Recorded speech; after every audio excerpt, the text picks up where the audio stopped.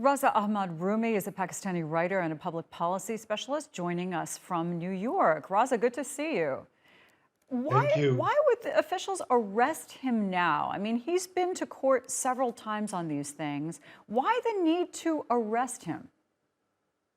So I think this arrest is definitely a little high-handed, though I must add that, his arrest was challenged in Islamabad High Court and in the late hours of Tuesday night, the court upheld the arrest and termed it lawful.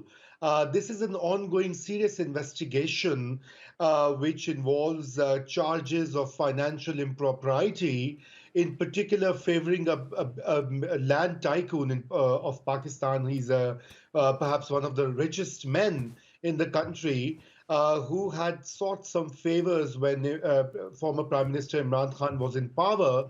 And in return, he gave some land to set up a university by Mr. Khan and his wife. So those are the charges which are being inquired. And of course, the investigations are far from over.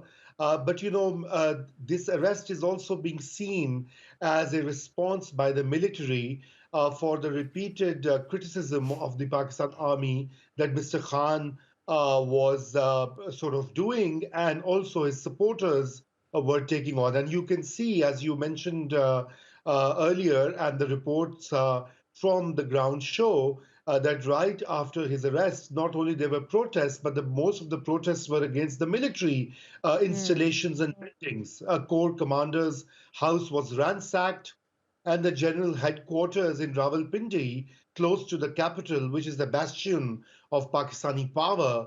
The supporters of Imran Khan also, flung open the gates and with bait and sticks, etc. So it's been a pretty rough day, even by Yeah, Pakistani yeah. standards. Yeah. Definitely. And so all those charges against him that he's been facing for a long time now, as an observer, are they credible or are they trumped up or are they both? Well, I mean, they're both. Most of them are trumped up, of course. This is the unfortunate part of Pakistan's politics that when politicians are out of power, they face case after case, corruption, sedition, you name it, anti-state activities, doing inflammatory speeches. I think more than 100 cases have been registered against former PM Khan in the last 1 year, which is so, once again, a brutal reminder of the terrible, trend in Pakistani politics. But there are a couple of cases which are serious, and one of them pertains to accepting state gifts and then selling them. All the foreign heads of the governments and states give gifts to their counterparts, which are Hey, Raza, supposed to can you hear be. us? Yes, I can hear Oh, you. okay. Your Uh, audio just faded out briefly, but oh, we're I'm back sorry. on track now. So, Yeah. when you often in politics, the phrase cult of personality is used for a very popular leader. And maybe never has it been used better than in this case. When you see the devotion that these followers have for Khan. I mean, you heard one in the package there that we ran saying that they're soldiers for Imran Khan. They act as if he is untouchable, and any case against him is going to be treated with mass protests from here on out. That's a problem. Yeah, so I think this is you rightly nailed it.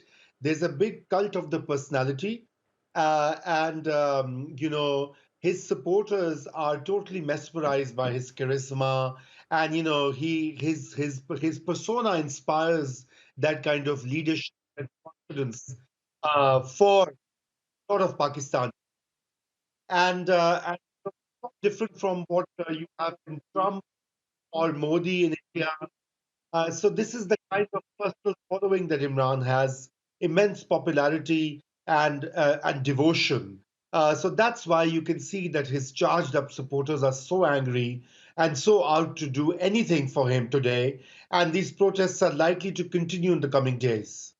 All right, Raza Rumi, good to talk to you. Welcome.